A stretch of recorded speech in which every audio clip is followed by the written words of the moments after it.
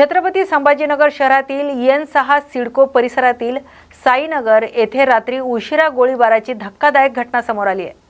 समीर नाईक या 31 वर्षीय तरुणाच्या राहत्या घरातच हा प्रकार घडला असून तो गंभीर जखमी झालाय। मिळालेल्या माहितीनुसार घटनेनंतर समीरला तातडीने खासगी रुग्णालयात दाखल करण्यात आले असून त्याच्यावर उपचार सुरू आहेत। प्राथमिक तपासात ही घटना स्वतःकडून घडल्याचा संशय व्यक्त केला जातोय, तर समीर हा आपल्या आई आणि लहान भावासोबत साईनगर परिसरात राहत होता। घटनेच्या वेळी तो घरी एकटाच होता। काही वेळाने भाऊ घरी परतला असता समीर जखमी अवस्थेत आढळून आला। घटनास्थळी पिस्तूलही आढळले असून घरात काही रिकामा बाटल्या सापडल्याची माहिती समोर आली आहे। या घटनेमुळे परिसरात खळबळ उडाली असून सिडको पोलिसांनी घटनास्थळी धाव घेत तपास सुरू केलाय। वर्धा जिल्ह्यातील तळेगाव येथे सिंडेट कंपनीसमोर कामगारांचे आंदोलन दिवसेंदिवस तीव्र होते। या आंदोलनाचा आज 18वा दिवस असून गेल्या 3 दिवसापासून ते आमरण उपोषणात रूपांतरित झाले। पगारवाढ, ग्रॅज्युटी, बोनस आणि इतर मागण्यांसाठी कामगारांनी आंदोलन छेडले। मात्र अद्याप कोणताही तोडगा निघालेला नाही, तर बाहेर गावावरून आलेल्या कामगारांना रोज ये-जा करणे शक्य नसल्याने त्यांनी कंपनीच्या गेटसमोरच आपला संसार मांडलाय। आंदोलनस्थळी स्वयंपाक सुरू असून मुलांसाठी तात्पुरती शाळाही सुरू करण्यात आली। प्रहार संघटनेच्या नेतृत्वाखाली सुरू असलेल्या या आंदोलनाला आता वेगळे स्वरूप प्राप्त झाले। मागण्या मान्य न झाल्यास चक्काजाम आंदोलनाचा इशाराही यावेळी देण्यात आलाय। आज आमच्या आंदोलनाला 18 दिवस झाले आणि 18 दिवसापासून आम्ही आंदोलनाच्या मार्गाने बसलो होतो आणि 3 दिवसापासून अन्नत्याग आंदोलन केलेलं आहे। अन्नत्याग आंदोलन करण्याचं कारण म्हणजे आम्ही 15 दिवस कंपनीच्या मालकाची वाट पाहिली का इथे येऊन भेटेन। त्यांनी स्वतः कंपनीच्या दरवाजाला लॉक लावले आहे आणि कामगार वर्गाला कुठल्या पद्धतीचा अंदर घेत नाही। फक्त गेटवर येते, लेटर लावते, 2 लोक सोडा, 3 लोक सोडा, 1 लोक सोडा। मला हे सांगा, इथे 2000 लोक काम करते, त्यातले 4 लोक अंदर जाणार का? 4 लोक तर जाऊ शकत नाही, तर 2000 लोक जाईन। आमचे छोट्या मोठ्या मुद्दे जे आहे, मागण्या आहे, ह्या जायज मागण्या आहे, शासनाच्या नियमानं मागण्या आहे, ज्या कामगाराच्या हिताच्या आहे। ज्या कामगाराला कमीत कमी 6000, 8000, 12000 पेमेंट भेटते, परमनंटवाल्याला 18000 रुपये पेमेंट भेटत आहे। तर मला हेच नाही समजत की बा आज शाळेच्या इथं आज आमचे सर्व शाळेचे म्हणजे सर्व परिवारचे मुलं म्हणजे जे कामगाराचे मुलं मुली व सर्व परिवार घेऊन आज इथं बसलेला आहे।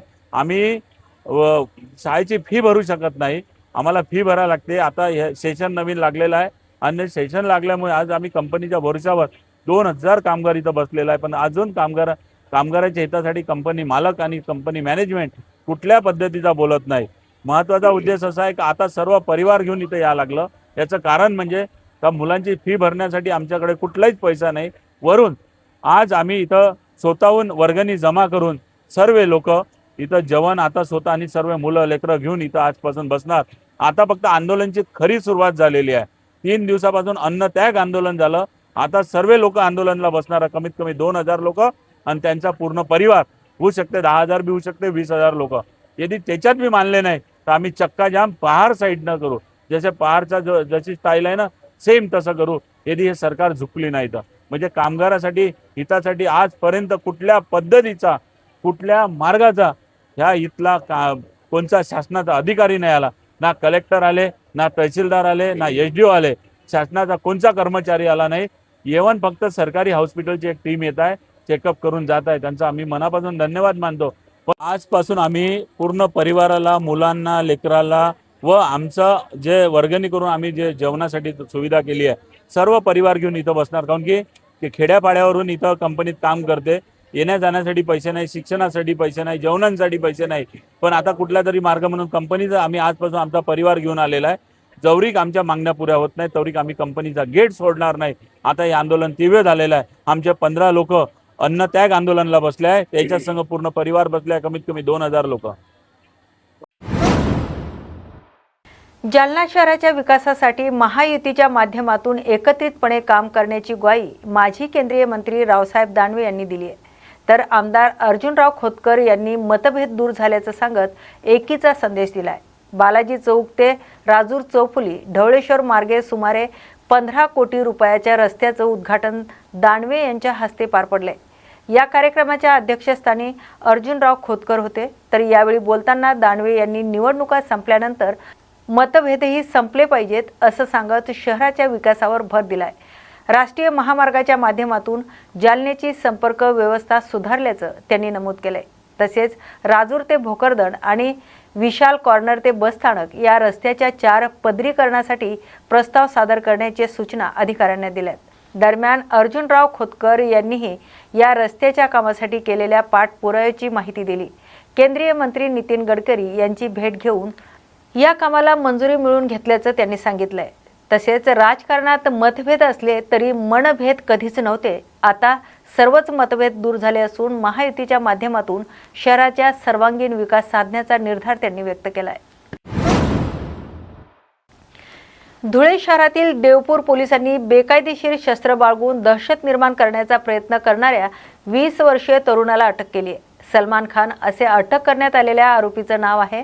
तर मिळालेल्या माहितीनुसार देवपूर पोलीस ठाण्याचे पोलीस निरीक्षक समाधान वाघ यांना पाझरा नदीकाठच्या एकता नगर परिसरात एक संशयित व्यक्ती गावठी पिस्तूल घेऊन फिरत असल्याची माहिती मिळाली। यानंतर पोलिसांनी तात्काळ सापळा रचत कारवाई केली आणि आरोपीला ताब्यात घेतले। त्याच्याकडून सुमारे 40,000 रुपये किमतीचा गावठी कट्टा आणि 2,000 रुपये किमतीचे 2 जिवंत काडतुसे जप्त करण्यात आले। दरम्यान आरोपीवर यापूर्वी शस्त्र अधिनियम आणि घरफोडीसह 3 गुन्हे दाखल असल्याची माहिती समोर आली आहे। या प्रकरणी पोलिसांनी नवीन गुन्हा नोंदवत पुढील तपास सुरू केलाय। रायगड जिल्ह्यातील महाड तालुक्यात खळबळ उडवणारी घटना समोर आली आहे। 1 एप्रिलपासून बेपत्ता असलेल्या 29 वर्षीय सूरज धोत्रे यांचा मृतदेह वरद घाटातील दरीत आढळून आलाय। मिळालेल्या माहितीनुसार खरवली येथील रहिवासी असलेले सूरज धोत्रे हे 1 एप्रिल रोजी दुपारी भोरला भाडे आहे असं सांगून दुचाकीसह घराबाहेर पडले। मात्र त्यानंतर ते बेपत्ता झाले होते। शनिवारी सकाळच्या सुमारास वरदगाव परिसरात दुर्गंधी येत असल्याची माहिती स्थानिकांना मिळाली। शोध घेतला असता रस्त्यापासून काही अंतरावर दरीत सूरज यांचा मृतदेह आणि त्यांची दुचाकी आढळून आली। घटनेची माहिती मिळताच महाड MIDC पोलीस ठाण्याचे अधिकारी घटनास्थळी दाखल झाले। तर प्राथमिक पाहणीत ही घटना अपघात असल्याचा अंदाज व्यक्त केला जात असला तरी घातपाताचा कोणीही नाकारण्यात आलेला नाही। या प्रकरणाचा सखोल तपास करण्यासाठी फॉरेन्सिक तपासाला पाचारण करण्यात आलं असून मृत्यूचे नेमकं कारण तपासाअंती स्पष्ट होणार आहे। या घटनेमुळे कुटुंबियावर दुःखाचा डोंगर कोसळला असून परिसरात हळहळ व्यक्त केली जाते। आजच्या सांज वार्ता या बातमीपत्रात आपण येथेच थांबतोय। अशाच नव्या आणि ताज्या अपडेटसाठी पाहत राहा न्यूज मराठी 24/7। नवा भारत, नवा विचार।